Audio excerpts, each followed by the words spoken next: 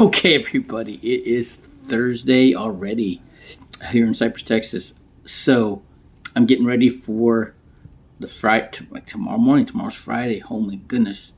For the My Business is Your Business podcast.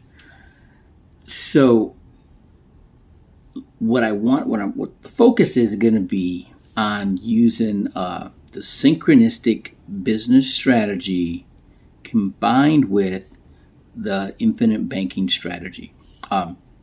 Jason Cisneros, who does the Built to Exit podcast on Saturday mornings at 8 o'clock Central Time, says that what I do is a wealth accelerator, and I told him about how combined with what he does and what I do, it adds rocket fuel to the scenario. Okay, so I was looking at a whole life policy, a $4 million whole life policy, and borrowing against the policy to invest into other businesses, and then the profits from the other businesses put back in the policy, and you keep building businesses, okay, building them out, right?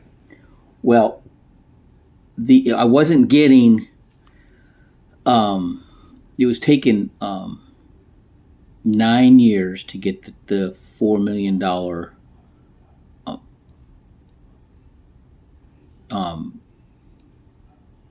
cash value in the policy. And so I contacted a company, and they did an illustration for me showing how a 1.4 million dollar policy, that the cost of insurance is less, so the money grows, and in 7 years we got the $4 million in the policy.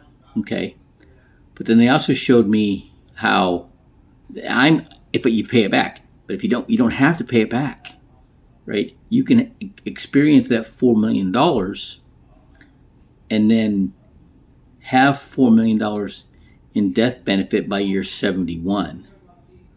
But you've already spent the $1 million investing in other businesses. Okay, so we're going to talk a little bit about that concept on Friday.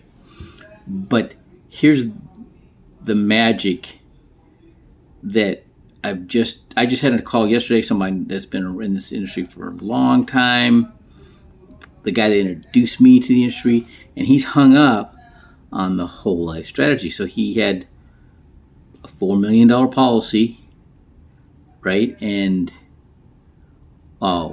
his dad did. His dad had a $4 million policy, and by the time when he died, there was only $100,000 in it. And what that was, people don't understand, at a certain age, he stopped paying the premiums. And he's living, the cash value in the policy was paying for that high dollar amount, that $4 million worth of life insurance. So these new strategies, they come at it with a much lower death benefit, and they are adding a term rider, which is way less expensive, but it allows them to really pack money into that policy, because that term policy with that higher level of insurance keeps them from mecking out. What's that mean? Modified endowment contract. It means you're beyond the rules of the insurance industry set by the IRS of how much money you can put in a policy before you've overfunded it too much. Okay, so you can't put you can't fund the policy in less than 7 years. Okay, called the 7-pay, right? 7-pay limit.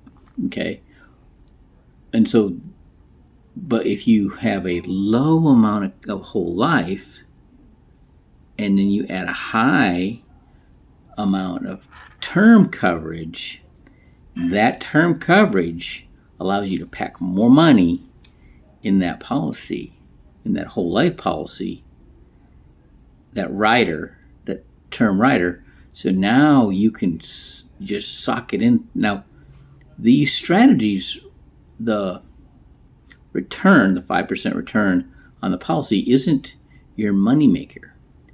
It's what you're doing, the investments or the opportunities that you are investing into from the policy is your moneymaker. Okay. But then you're using the policy to hold that money. Okay. And so that's exciting. Right. So we're going to talk about that on Friday. But this is just all coming clear to me now. Of course, I'm intentionally, I was challenged, like, what's this guy talking about? And now I see you don't start off with a big bucket in the whole life. You start off with a lower death benefit, and it allows that bucket to grow when you've got that term rider. Now you're meeting the guidelines as far as death benefit to your contribution. All right, I hope this is clear as mud, but we're going to clear it up on Friday. All right, Friday morning. Have a great day.